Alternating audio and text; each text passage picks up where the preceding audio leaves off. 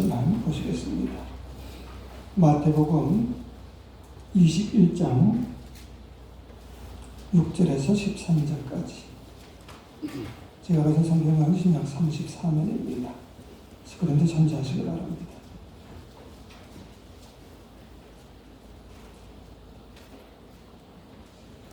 마태복음 21장 6절로 13절까지 우리 한 절씩 교독합시다. 제가 먼저 6절 읽겠습니다. 제자들이 가서 예수께서 명하신 대로 하여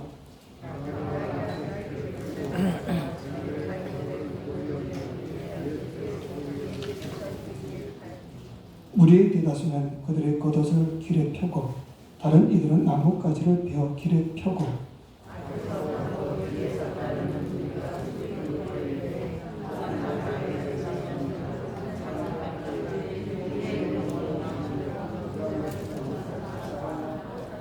예수께서 예루살렘에 들어가시니 온 성이 소동하여 이르되 이는 누구냐 하거늘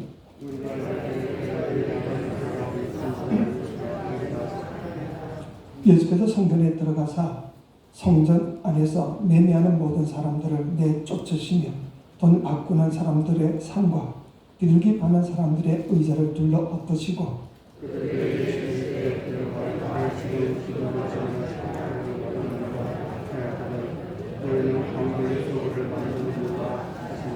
아멘. 이 말씀은 하나님의 말씀입니다.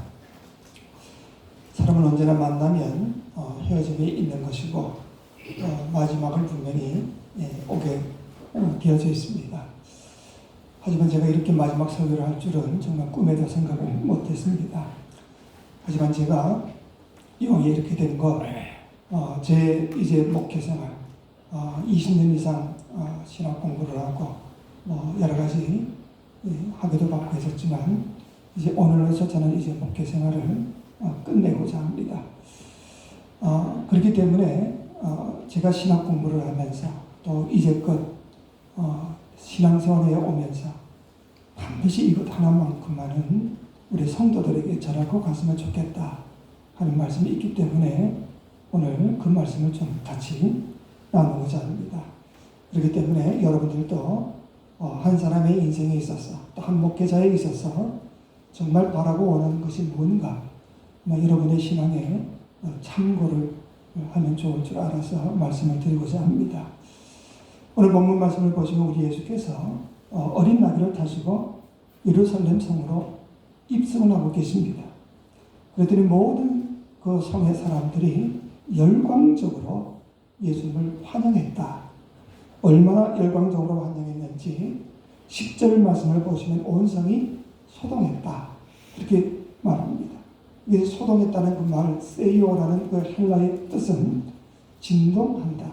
그러니까 얼마나 열렬히 환영을 했으면 온 성이 지축이 흔들릴 정도로 그렇게 대단한 환영이 있었다 하는 거죠. 그런데 우리가 여기서 한 가지 의문점을 가질 게 있습니다. 그게 뭔가? 여러분 지금 예수의 행색을 한번 잘 살펴보시기 바랍니다. 2000년 전에 여러분들이 예루살렘 성 안에 있다는 것으로 상상을 한번 해보시라. 만약 지금 여러분 눈앞에 예수의 이름이 지나가고 있다고 상상을 하면서 과연 그 예수의 모습을 잘 한번 상상해 보시기 바랍니다.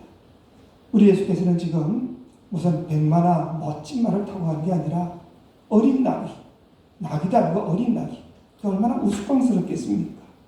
게다가 예수가 입은 옷은 무슨 왕이 입는 화려한 그런 옷도 아니고 갈릴리 빈민 출신인 우리 예수께서 기껏 입어봐야 아마 굉장히 남다른 옷을 입고 있지 않았겠는가 생각해 보세요. 그리고 예수가 지금 앉은 그 안장이라는 것도 무슨 멋진 가죽 안장도 결코 아닙니다. 제자들이 입다가 벗어준 그 냄새나는 겉옷을 펴고 지금 앉아 있죠.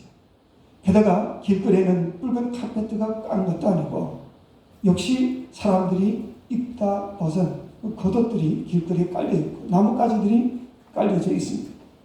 그리고 그 예수의 뒤를 따르고 있는 그 일행들의 모습은 또 어땠냐? 그 뒤에 멋진 장군 복장이나 멋진 옷차림을 하고 있는 사람은 한 사람도 없었습니다. 다 초라한 갈릴리 어부 그리고 무식한 사람들 연약한 사람들이 대부분 있어요. 예수의 그 남루한 복장과 행세, 그를 따르고 있는 그 모든 사람들 역시 한 가지로 거지 행색을 하고 있지 않냐 하는 거죠. 말하자면 코미디 같은 모습이라고 말할 수가 있는 겁니다. 그런 예수, 그런 일행들을 바라보면서 지금 예루살렘 성민들은 지축이 흔들릴 정도로 환영하고 호산나 다윗의 자손이여 찬송하리로다.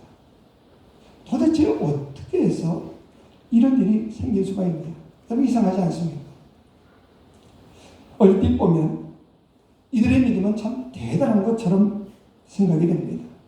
정말 예수가 누구이신지 똑바로 알고 있는 자이기 때문에 그런 거짓 행색을 하고 있는 사람들을 향해서도 아마 저들이 환영하지 않았겠는가, 우리가 그렇게 말할 수는 있지요. 하지만 여러분들이 성경을 잘 아시지요. 우리가 성경을 계속 읽다가 보면 실상은 그렇지 않다는 것을 잘 알고 있습니다.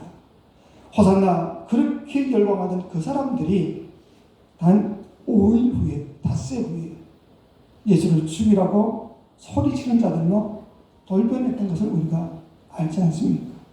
여러분, 정말 예수가 누구이신지 똑바로 아는 사람이라고 한다면, 알고 있는 사람이라고 한다면 어떻게 예수를 죽이라고 소리칠 수가 있겠습니까? 그럼 그렇다고 한다면 지금은 왜 이들이 이 초라한 행색의 예수를 바라보면서 이런 열광적인 환영을 하고 있냐? 이상하지 않습니까? 바로 오늘 이것이 우리들의 의문점입니다. 왜 이들은 지금 이 초라한 행색의 예수를 향하여서 이렇게 환영하고 있냐? 그 이유가 과연 뭐라고 생각하십니까? 우리가 오늘 이 본문을 통해서 바로 우리 자신들을 살필 지혜가 반드시 있어야 합니다. 먼저 이들이 그 초라한 행색의 예수 그리스도를 바라보면서 대대적인 환영을 할 수 있었던 것은 그동안의 예수에 대한 명성을 들었을 겁니다. 예수에 대한 능력도 들었고 예수에 대한 나름대로의 기대감을 가지고 있었기 때문에 그런 겁니다. 예수님은 이 정도는 될 거예요. 예수님은 사람을 살리시는 그런 능력을 가지신 분이시기 때문에 내가 요구하는 이것쯤은 반드시 들어주실 거예요. 예수라고 한다면 내가 요구하는 것을 아무렇지도 않게 해결해 주실 거예요. 나에게 진정한 만족을 주실 거야. 아마 이런 생각들을 했을 겁니다. 다 자기 나름대로의 이기심과 욕망과 탐욕을 예수께 투사시켜서 예수님의 실상과는 전혀 다른 나름대로의 허상을 만들어 놓고 지금 그 허상을 향하여서 소리치고 환영하고 환호를 지르고 있다, 이 말이죠. 예수께서 이 땅에 오셔서 어떤 일을 하실지, 무슨 일을 하려고 하시는지 대해서는 조금 더 생각지 않고 오직 하나, 자신들에게 만족을 주실 거라는 그런 분으로만 생각을 하고 지금 소리를 지르고 있다 하는 거지. 그리고는 지금 자신들이 빚어낸 그 허상 때문에 예수의 실상은 전혀 생각지도 못하고 자신들이 만들어 놓은 그 잘못된 예수의 허상을 향하여서 지금 소리를 치고 있는 거지. 그러니 사실은 예수를 향하여서 소리친 것이 아니라 자기들의 욕망, 자기들의 만족을 위해서 지금 환호하고 있다 이야기하는 거지. 이런 이야기를 할 수가 있지요. 어떤 젊은 남자와 여자가 이제 사귀게 됩니다. 근데 처음 그 두 사람은 각각의 실상은 사실 잘 알지 못하지요. 그냥 저 사람은 이럴 거야, 저 사람은 이 정도 사람은 될 거야 라는 자기 나름대로의 생각과 기대감을 가지고 실제로 그 사람은 전혀 그렇지 않은데 자기 기대만 가지고 그럴 것이라는 생각만 가지고 그 사람과 사귀게 되죠. 자기가 사귀는 사람은 전혀 친절한 사람이 아닙니다. 그럼에도 불구하고 자기는 친절한 사람을 사귀고 싶다는 그 생각 하나 때문에 그 사람이 친절할 거라고 생각을 하고는 그 사람과 지금 사귀고 있다 이야기하는 거죠. 그러니까 자기의 소원과 자기의 기대만 가지고 실상은 전혀 그렇지 않는 그 사람을 잘못된 허상을 빚어놓고 그렇게 사람을 사랑하게 됩니다. 그리고는 그 허상이 마치 그 사람의 실상인 것처럼 착각하고 그걸 붙들고 사귀게 되죠. 그리고는 결혼을 합니다. 결혼하고 나면 얼마 가지 못해서 자기가 만든 허상이 얼마나 허망가 하고 끼워지게 되죠. 결혼하기 전에 그 사람이 혼을 본다고는 전혀 생각지를 못했는데 잠잘 때 되면 귀를 막을 정도.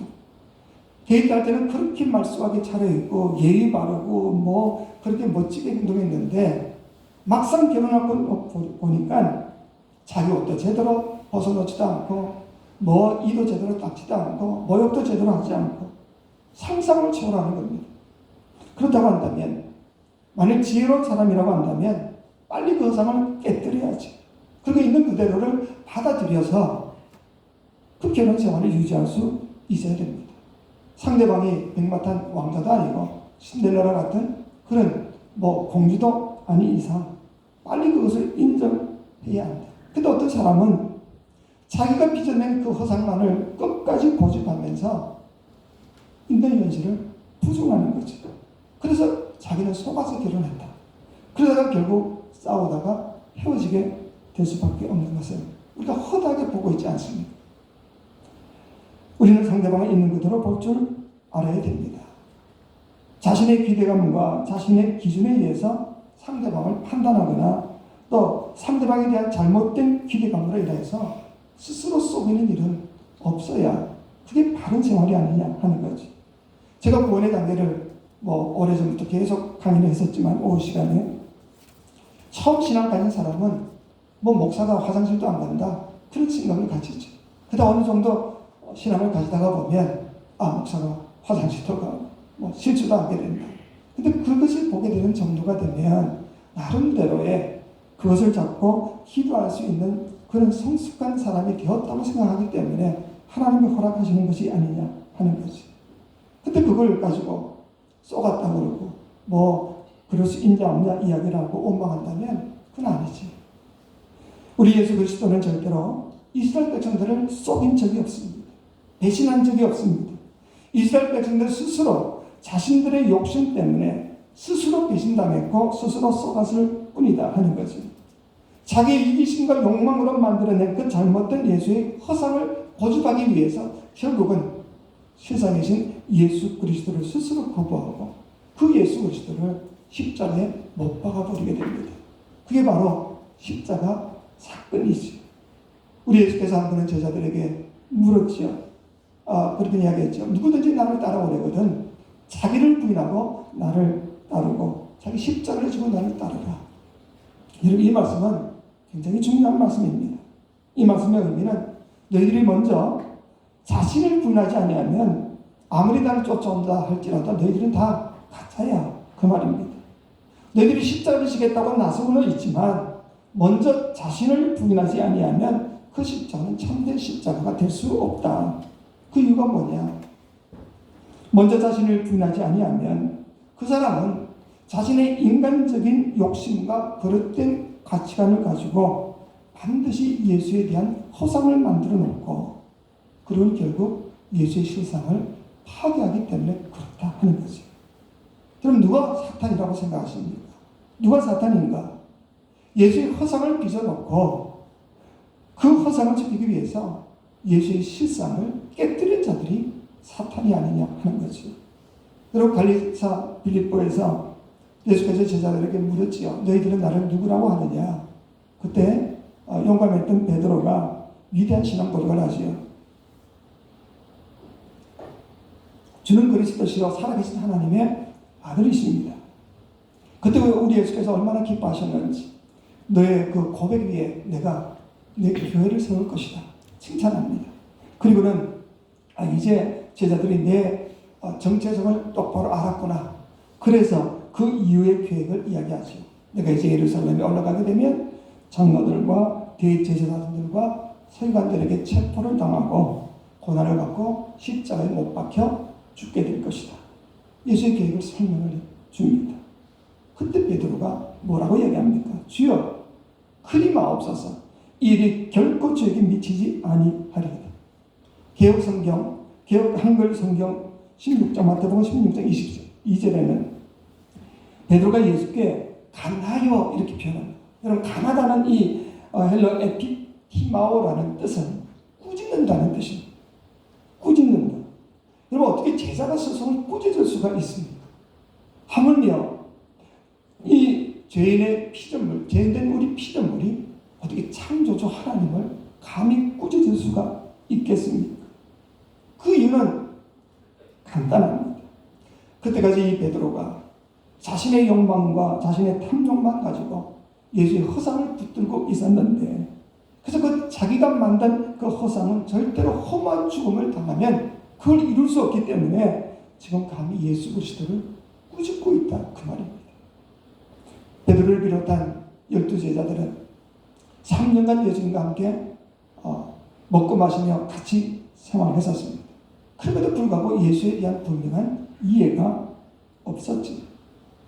우리의 모든 죄를 대신 짊어지시고 속죄양으로 십자가에 달려 돌아가시기 위해서 오신 그 예수의 실상을 전혀 알지 못하고 있었다, 그 말이지. 그렇기 때문에 이들은 자신들이 만들어 놓은 예수의 허상, 이스라엘의 왕이 되실 거라는 그 환상에 빠져서 밤낮 예수가 왕이 되면 누구는 국무총리가 되고 누구는 내무장관이 되고 하는 이런 헛된 꿈만 꾸고 있었습니다. 그리고 서로 높아지려고 싸움박질이나 하고 있었던 것이 아니냐. 근데 느닷없이 예수께서 성에 들어가셔서 십자가에 달려 돌아가시겠다 말하니까 이제까지 자기들이 빚어놓았던 그 모든 환상이 한꺼번에 깨어지게 되는 거죠. 딱 줬던 계시세가 된 겁니다. 그래서 절대로 이런 일이 있어서는 안 된다. 그래서 오히려 예수 그리스도를 꾸짖었다. 스승을 향하여서 제자들이 꾸짖었다. 그렇게 표현하고 있는 겁니다. 그때 우리 예수께서 뭐라고 말씀하십니까? 사탄아, 너희들은 물러가라. 너는 나를 넘어지게 하는 자라다. 나를 넘어지게 한다는 그 뜻은 너는 나를 파괴하는 자다, 그 뜻입니다. 허상을 만드는 자들은 누구든지 간에 자신이 만든 그 허상 때문에 실상을 파괴하는 자가 될 수밖에 없습니다. 그렇기 때문에 예수의 수제자와 사탄의 차이는 뭐냐? 오직 하나, 자기 자신을 부인하느냐 부인하지 않느냐로 결로 지어질 수가 있는 겁니다. 그렇기 때문에 주님은 먼저 너희 자신을 부인하고 나를 쫓아라 말씀하시는 거죠. 여러분 오늘 본문에서도 이렇게 증거하고 있지요. 여러분 우리 12절 우리 같이 한번 봅시다. 12절 시작. 예수께서 성전에 들어가서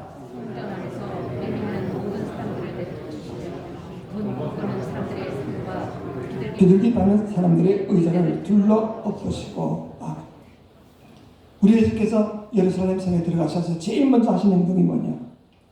그 성전의 심장보석에 들어가서 그 안에서 악한 것들을 쫓아내시고 둘러엎는 일을 가장 먼저 하십니다.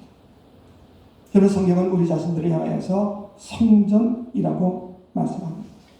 내가 성전이라고 한다면, 내가 성전 되기를 원한다면, 내가 참된 크리스찬이 되기를 원한다면 우리는 먼저 나 자신부터 둘러 엎어야 합니다.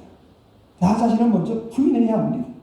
이런 봄에 꽁꽁 얼었던 그 땅을 농부가 갈아엎어야 거기다가 씨앗을 뿌리고 생명이 착근되고 열매가 맺을 수 있는 것 아닙니까? 먼저 우리 자신들을 둘러 엎고 갈아엎고 우리 자신을 깨뜨리지 않고서는 결코 내 속에서 예수의 실상이 자리 잡을 수가 없고 오히려 사단의 올무에 빠질 수밖에 없는 겁니다. 여러분들은 예수 믿은 지가 얼마나 되셨습니까? 그동안 예수를 믿는다 하면서 여러분들은 어떤 삶을 사셨습니까? 주님을 위하여 날마다 나를 갈아엎고 내 자신을 부인하고 참된 예수 그리스도를 내 마음에 모시기 위해서 어떤 노력을 하며 사셨습니까? 아니면 살았다는 이름은 가졌지만 실상은 죽은 믿음을 가진 사대교회와 같이 교회에서는 분명히 믿는 자 같은데 교회 밖에서는 전혀 그렇지 않은 것처럼 살지나 않았는지, 여러분들은 그동안 무엇을 갈아엎고 무엇을 부인하며 사셨습니까? 많은 사람들이 그런 이야기를 할 겁니다.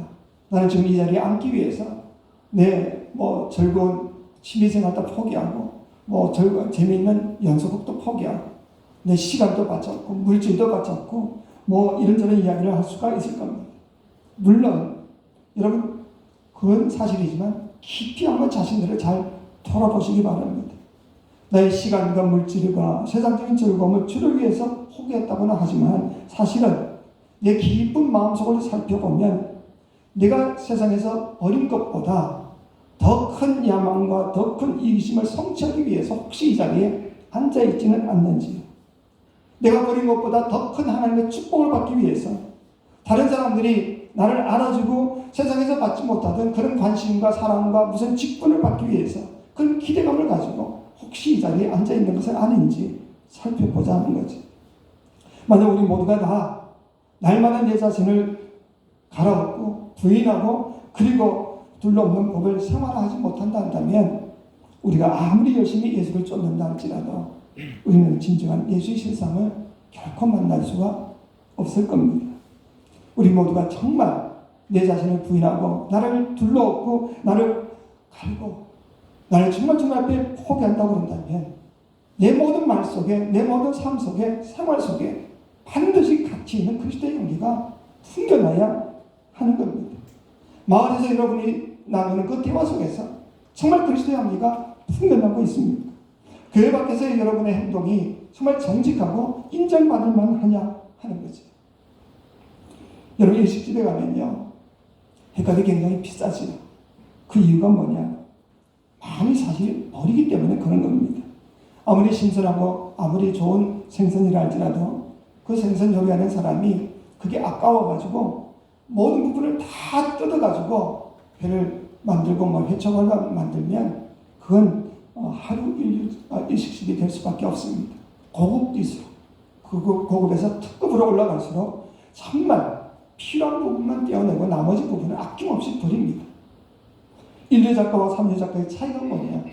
3류 작가는 자기가 경험했던 모든 것들, 자기의 지식, 자기가 가지고 있는 모든 정보들을 자기 작품 속에 다 집어넣으려고 그러죠. 그러니 초점이 없어지니까 무슨 말인지 알 수가 없죠.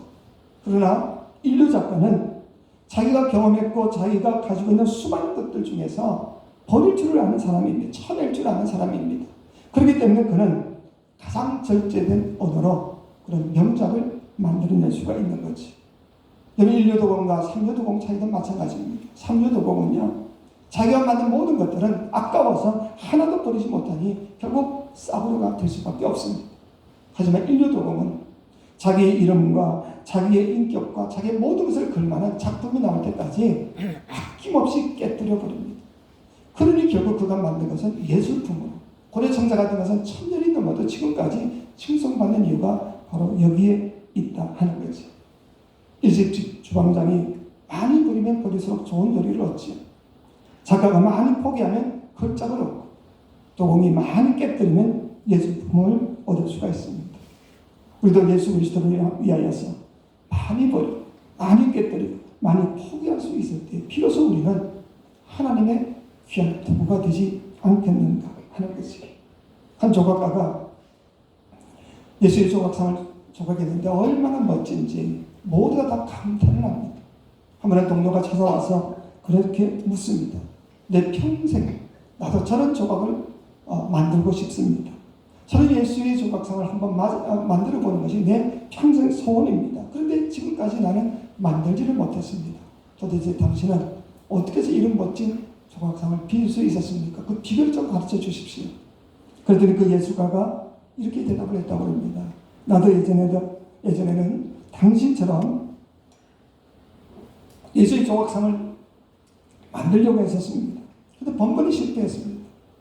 어느 날 이제 내가 예수의 조각상을 조각하려고 하지 않고 대리석을 갖다다 놓고 예수의 상에 필요하지 않는 불필요한 부분이 뭘까? 그걸 생각하면서 하나씩 둘씩 떼어내다 보니까 결국은 이런 멋진 예수의 상이 조각되었습니다. 여러분, 우리들 역시 마찬가지입니다. 우리 같은 죄인들이, 우리 같이 부족한 인간들이, 남은 몰라도 나 자신은 우리 스스로를 알지 않습니까? 우리가 얼마나 부족하고 얼마나 큰 죄인인지 우리 스스로는 알지 않습니까? 나 같은 죄인이 어떻게 예수 그리스도를 닮을 수가 있겠습니까? 어떻게 예수 그리스도의 사람이 될 수가 있겠습니까? 그렇기 때문에 예수 그리스도를 닮기 전에, 예수 그리스도의 사람이 되려고 하기 전에 먼저 내가 그리스도의 사람이 되기 위해서 불필요한 부분은 뭘까? 그것부터 포기하는 것이 우리에게 가장 필요하더라 하는 겁니다. 모세가 미디안 광야에서 40년 동안 자기를 뜯어내는 훈련을 했습니다. 포기하는 훈련을 했습니다. 다윗이 10년 동안 동가속 서가시 가면서 그 사원의 뒤쫓김을 당하면서도 끊임없이 자기를 훈련시켰습니다. 다메섹 도상에서 예수 그리스도를 만난 뒤에 사도 바울은 아라비아 광야에서 3년 동안 자기를 부인하는 훈련을 하고 난 뒤에야 결국은 그냥 일꾼들이 되지 않습니다. 내 욕망과 내 야망과 내 이기심과 내 만족을 포기치 않고서는 우리는 결코 하나님 앞에 인정받기는 어려울 겁니다. 매일매일 내 자신을 뜯어내고 부인하고 갈아엎고 둘러없는 삶을 살아간다면 나도 의식지 못하는 사이에 어느 순간 우리 모두가 예수를 닮아 있음을 믿으시기 바랍니다. 우리가 어렸을 때 큰바위 얼굴의 이야기도 우리 잘 알지 않습니까? 그렇기 때문에 지금껏 내 마음속에 있던 잘못된 예수의 허상을 여러분 속히 깨뜨려 버리시기 바랍니다. 자신의 마음밭에서 정말 잘못된 예수의 허상을 갈아엎어 놓으시기 바랍니다. 예수를 닮아가기에 불필요한 요소들이 과연 뭘까? 깊이 묵상하며 그 모든 것을 뜯어내는 훈련을 할 수 있어야 합니다. 그래야만이 우리 마음속에 정말 예수 그리스도의 실상이 바로 설 수가 있고 우리는 정말 예수 그리스도를 온전히 바라보며 진실된 신앙생활을 할 수 있기 때문에 그런 겁니다. 앞으로 어떤 목사가 오든지 간에 여러분의 잘못된 욕망과 그 기대감으로 인해서 허상을 만들어 놓고 그에 미치지 못하면 뭐가 잘못되었네 그렇게 이야기하지 마시고 있는 그대로를 받아들이고 부족한 부분이 보이면 여러분이 더 열심히 기도해 주시고 그래서 모두가 다 협력해서 하나님의 아름다운 일꾼들로 편화받을 수 있기를 간절히 바랍니다. 어떤 일이 있더라도 다시는 교회에 이런 아픔이 없도록 여러분들이 함께 합심해서 힘써 주시기를 간절히 부탁드립니다. 기도하시겠습니다. 주님, 이 교회는 하나님의 교회이기에 잘못된 욕망과 그릇된 생각과 기대감으로 예수의 실상을 깨뜨리지 않고 하나님의 뜻만 이루어지는 귀한 제단되게 도와주옵소서. 예수님의 이름으로 기도하옵나이다. 아멘.